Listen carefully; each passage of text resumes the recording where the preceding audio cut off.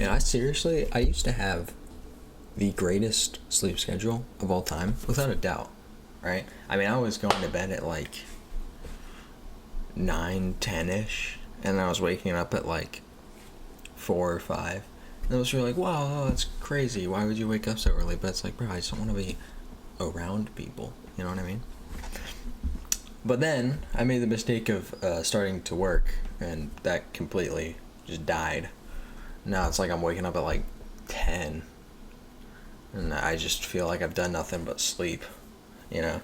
I remember this morning I woke up at like 4, and I was kind of sitting there thinking, I'm like, man, I went to sleep at 12. I could stay awake, but it's a very bad idea, because I gotta work till 11 p.m. And I'm like, yeah, I'm probably just gonna get really tired, and I'm gonna have to drive home, and I don't want to deal with that. So I went back to sleep, and then I wake up, and it's 10, and I'm like, okay, well, I guess that's what I deserve, huh? And I could go to sleep earlier too, but if I do, and it's like I just get home from work and I just go to sleep. That's not fun. I want to do something. Anyway, that's not what this is about at all. We're talking about morality. I'm sure you can see how it's related, though, for sure. All right, so what is morality, really? To get into the topic of it, I would say morality is just the nature of what's good and bad, right? It's hard to really define, because it's like things are morally good and then they're morally bad, but it's like, what does that exactly mean? It's kind of a hard thing to really do anything. Hold on, I'm gonna see, what does good old Google say?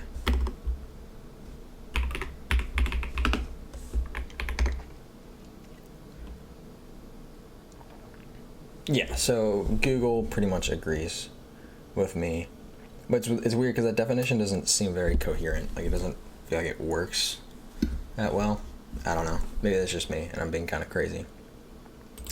But regardless, I have a bunch of notes here. So for a long time, I was pretty strict on what I thought morality was. I thought I had a pretty clear picture. I don't know why I said that past tense, because I feel like I still do, you know? But one idea that I've never really liked is just moral subjectivism in general, also relativism, which is an idea when I've had debates about morality with people who aren't really keen on understanding, because they don't really engage in philosophy, really. They really have a hard time kind of determining the difference between the two. Because the whole idea behind moral subjectivism is that to each individual, morality is objective in a way. Right? So it's this idea that to each individual, their morality is what's objective to them.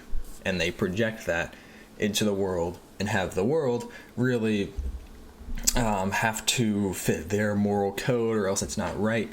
And, you know, to an extent that can be persuaded by culture and stuff, which kind of gets into relativism. But it's like the whole thing with subjectivism is that because I have these opinions are right to me. Whereas relativism would say your opinions are your own, but what's right is what's right to the society that you're in, not necessarily you yourself. Whereas subjectivism is what you believe is right to yourself. But in a relativist standpoint, you can be wrong if your society as a whole disagrees with you, which I'm doing a bad job explaining, and I feel like I'm just opening a huge can of worms, which is what I wanted to talk about to begin with. But it's like, I guess I'll just kind of rant, okay? I'll just keep going with what I was going to say instead of actually looking at anything I've written down. Okay, anyway. So, relativism, right, is you can be wrong relative to your culture or society, and that's what makes moral judgments, is not necessarily anything beyond human, but it is something that is inhuman, and it is relative to whatever culture you're in. So every culture holds its own distinct moral values, and of course the individual then can be wrong in relative to a society. But of course the problem that opens up is, like, at what point is something worthy of having a moral standpoint, and this is kind of my biggest problem with relativism. Well, actually, maybe not biggest, but one of them is like, at what point do you have a group of people that is worthy of their moral views being accepted as a possible answer to morality? Obviously, maybe using answer there is not the most right term, but I think you understand what I'm getting at, is that if you have a moral structure where what is right is determined by a society or culture, then really at what point are we deciding what a society or culture is? Because I could sit here in my society and be like, I disagree with this morally, this, and this. And if it's just me doing that, then everybody will be like, well, you're just one person. We're not going to listen to you. But what if I get 30 people to agree with me? What then? What if I get 50, 100, 200, 1,000? Like, at what point is my then moral code that I have made other people agree with, at what point is that worthy of the same sort of respect that my society's moral code is deserving of, according to a relativist, of course? Both of these standpoints, they have their issues, right? And so does objectivism, obviously. If people knew what morality was, and it really wouldn't be debated, and if it had an easy answer, then again, it really wouldn't be debated, unless you're just stupid and you want to disagree with an obvious conclusion for no reason. Now, like I said before, when I argue morality with other people, I tend to get a mix of like subjectivism and relativism. It doesn't really make a lot of sense, because they don't really know what they're talking about, really. And sometimes they'll say that morality is subjective, but then argue that it's relative based on their arguments, because of course they don't know the term. And it's like, to me, I'm sitting there like, why are you even arguing morality when you don't really know these things, right? Like, I'm in a position to where I can respectfully argue morality, and I'm talking respectfully in the sense that I have some sort of understanding of what it is, so I can argue morality in a way that's not just nothing. It doesn't mean I'm right at all, and it doesn't mean I have as good of an understanding as some of the best philosophers who have existed and do exist. But of course, I'm definitely in a position to where the average person, they look at what I can say about morality, and I can do a very good job convincing them, to an extent, obviously, because people don't really want to be convinced, especially because they want to be right. But that's a whole other thing. That's not what I'm talking about. So I can do a good job convincing somebody of morality, and normally when I do so, people are like, oh, okay, that makes a lot of sense what you're saying. But of course, I obviously know the contradictions to my own points that I make, but they don't, and it just kind of ends up being a bunch of nothing, as I would say. So relativism, of course, has become sort of the commonly accepted view in the world today, because as we have grown as a society, we have a less need for religion. There's not as much really needed there. So obviously, if we can not necessarily disprove, but have a structure of how the world could have came to be that doesn't involve God, then like, what does morality look like in that world structure versus the one that does involve God? Like, we need some sort of explanation for that, right? Which is kind of where subjectivism, to an extent, comes in, because of course you can have an objectivist view that exists absent of God, but it's kind of harder to explain in a way, because if you believe in God and your worldview has this whole structure centered around that, and someone argues morality, you can go, no, it's objective because God. Right? It's really that simple. Because if God does exist, then his whatever that morality would look like would be objective, because it's the guy who created everything, right? So relativism has kind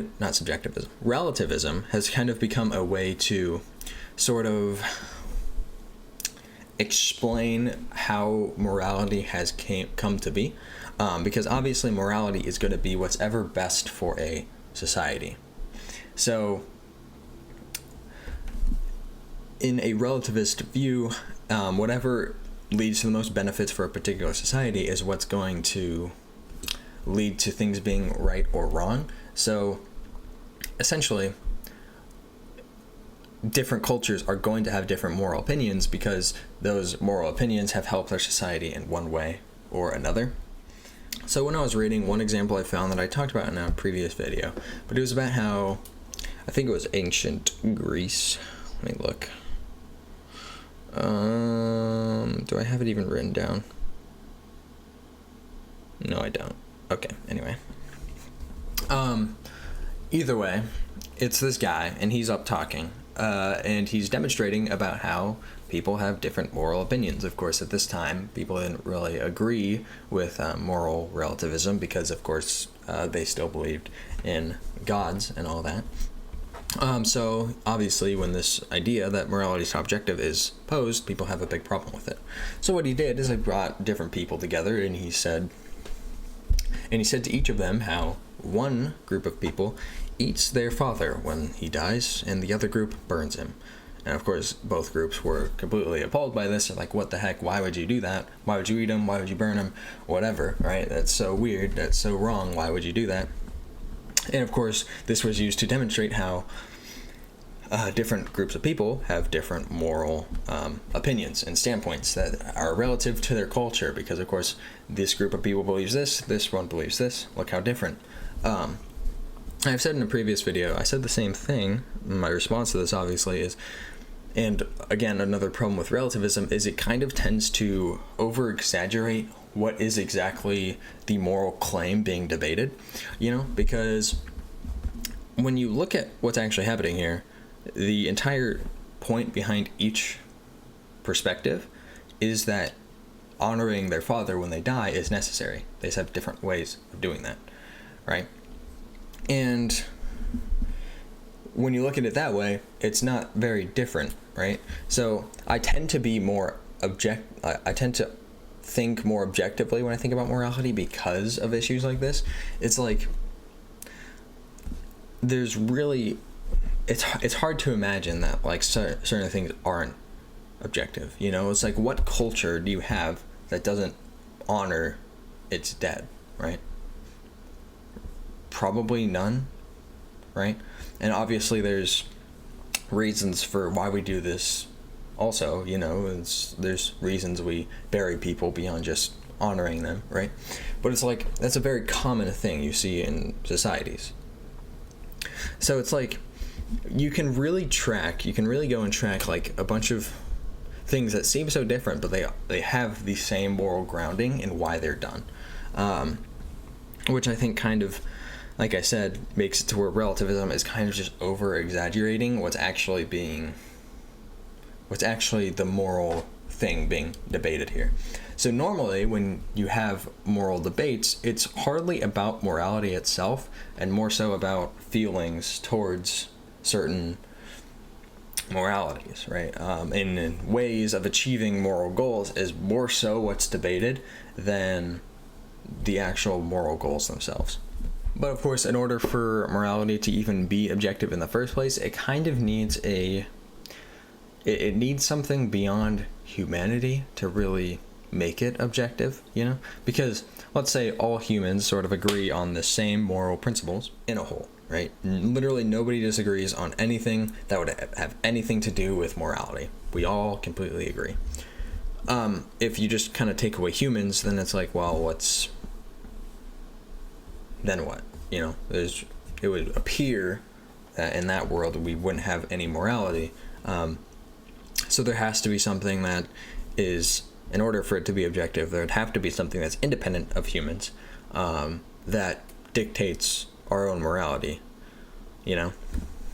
which is another thing. And I feel like one thing that relativism kind of tends to glance over is the fact that just because morality could be objective, let's say it is, okay? Morality is objective in this world I just thought up, okay? But people still argue moral relativism, okay?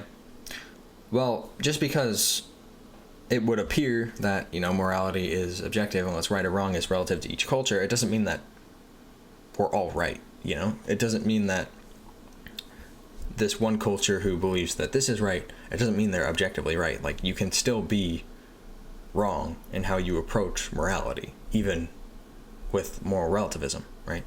So it kind of ignores the fact that, like, in a world where objective morality exists, you can still be wrong, right? It doesn't mean you necessarily have an understanding of what that morality would look like.